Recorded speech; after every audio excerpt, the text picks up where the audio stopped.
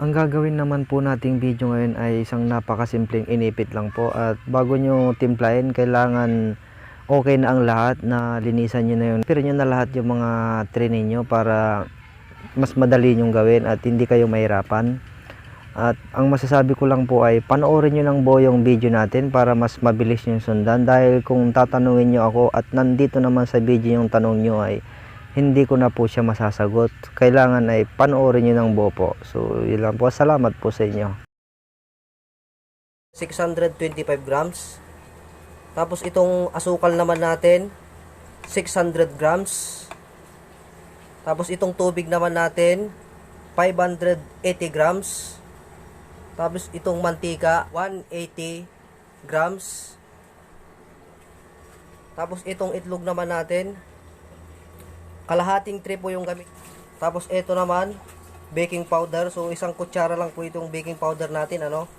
So tapos ito naman baking soda. So kalahating kutsara, ano. So ulitin ko, ito isang kutsara po ito, ano, baking powder. Ito kalahating kutsara. So maliwanag ba 'yon?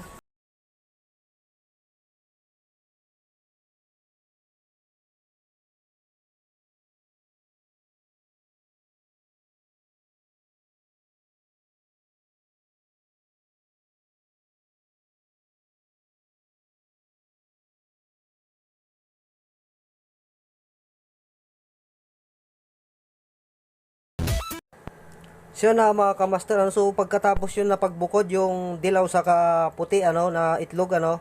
So iwasan nyo na lang dito may mahalong dilaw, ano, mga kamaster. So kapag okay na siya, ganyan, okay na siya. So ito muna yung unahin nating timplahin, no. Timplahin muna natin to bago natin to ilagay doon sa mixer natin, ano. So maliwanag ba yun, mga kamaster? So tara, sundan yung mabuti yung gagawin natin. Ito po yung mga sangkap natin, ano, para doon sa mga baguhan at hindi pa magaanong marunong ay sundan nyo kung mabuti at pakinggan nyo mabuti yung sasabihin ko para mas makuha nyo ng tama. Itong asukal natin na 600 grams ay babawas na ilalagay natin dito sa dilaw, at yung matitira ay ilalagay natin doon sa puting itlog. Maliwanag ba yon? Yan ang ilalagay natin doon. Habang minimix yung itlog natin na puti sa mixer ay ito yung ilalagay natin. So maliwanag po ba yon? Timplahin na po natin yan.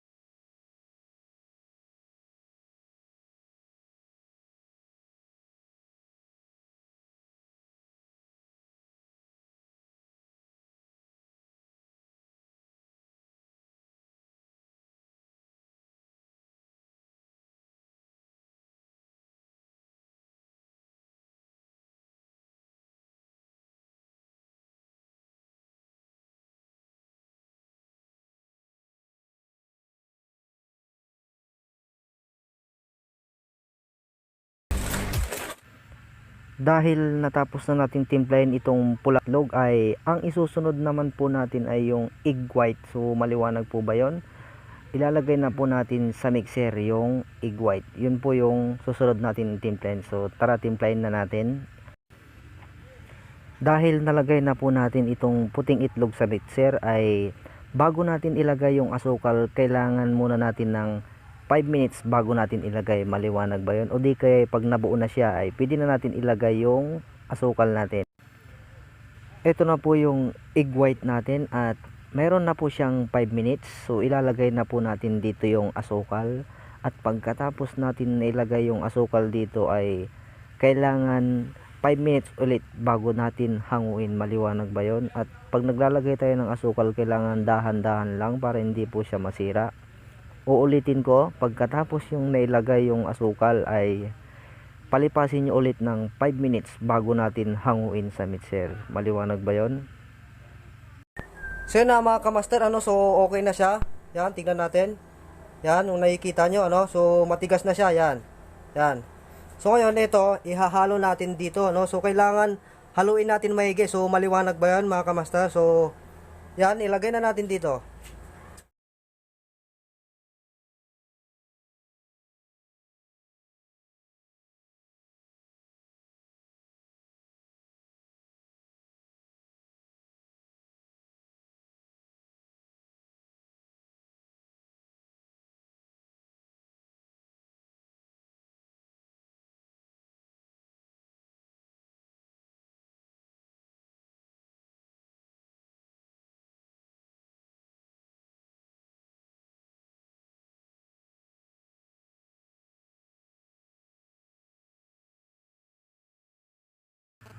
Ito na po siya at isasalang na po natin. Ang init po ng oven natin ay 200 Celsius. So kapag may init na siyang 200 Celsius ay pwede na natin siyang isalang. At bago natin to isalang, kailangan pahinaan natin yung apoy. Maliwanag ba yun? Dahil sobrang init po yung 200 Celsius na yun. At pagkalipas ng 15 minutes ay tignan po natin at baliktarin natin. Yan ang tamang pagbaliktad ng inipit natin. At pagkatapos po ng 15 minutes ay kailangan tignan na natin dahil yan ay papula na po yan. So masusobran na po sa luto yan. At yun lang po yung tamang pagluto natin. At sundan nyo pong mabuti yung video natin para mas maintindihan nyo at makita nyo. Yan, so okay na po siya, luto na.